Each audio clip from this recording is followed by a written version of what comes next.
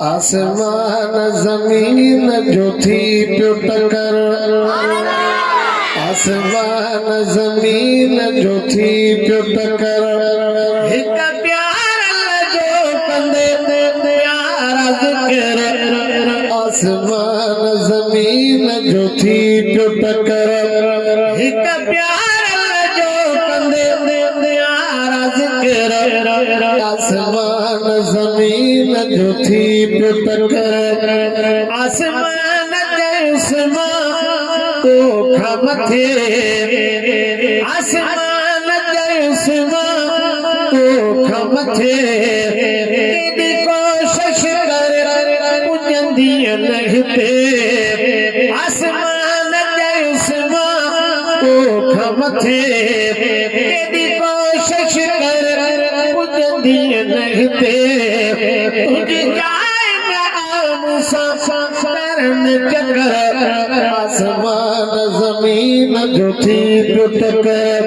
आसमान ज़मीन जो थी पियो टकर, हिक प्यार जो कंदे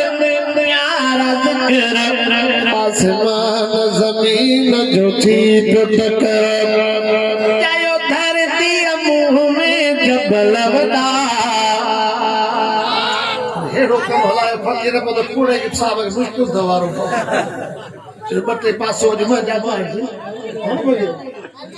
सुभान अल्लाह के ओ चयो धरती मुंह में जबल वॾा, आसमान तू मुंह सा कर न फदा, मुंह में आया किस्म जा रखल थी पत्थर, आसमान ज़मीन जो थी पियो टकर, आसमान जैसम में मलक अथई, आसमान जैसम में मलक अथई, रूबरूरन जी झलक अथई, आया मौजूद में नाहिलो लोहर, आसमान ज़मीन जो थी पियो टकर, कयो धरती मुंह में गुल फुल थी, सुभान अल्लाह के सुना, ओ कयो धरती मुंह में गुल फुल थी,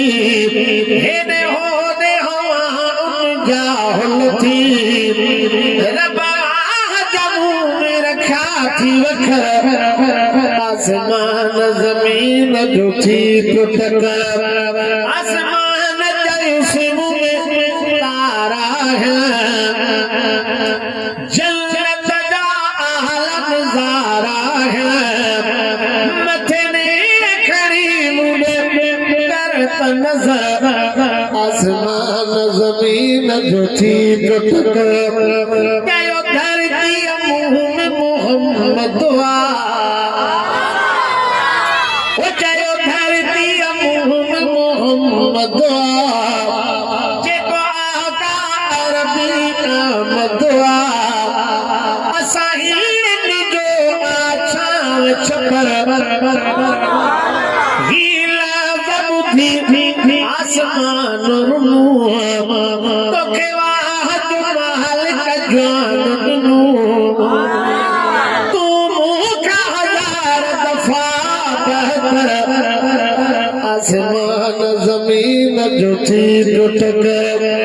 आसमान ज़मीन जो थी पियो टकर, रोई अर्ज़ कयो आसमान अदा, मथे मुरसल खे त घुराए ख़ुदा, कया दीद सईद नसीब पर, मथे मुरसल को महराज कयो, आसमान जो आला शान थियो, दिल जान जो हाथ भी नौकर, मके मदीने जे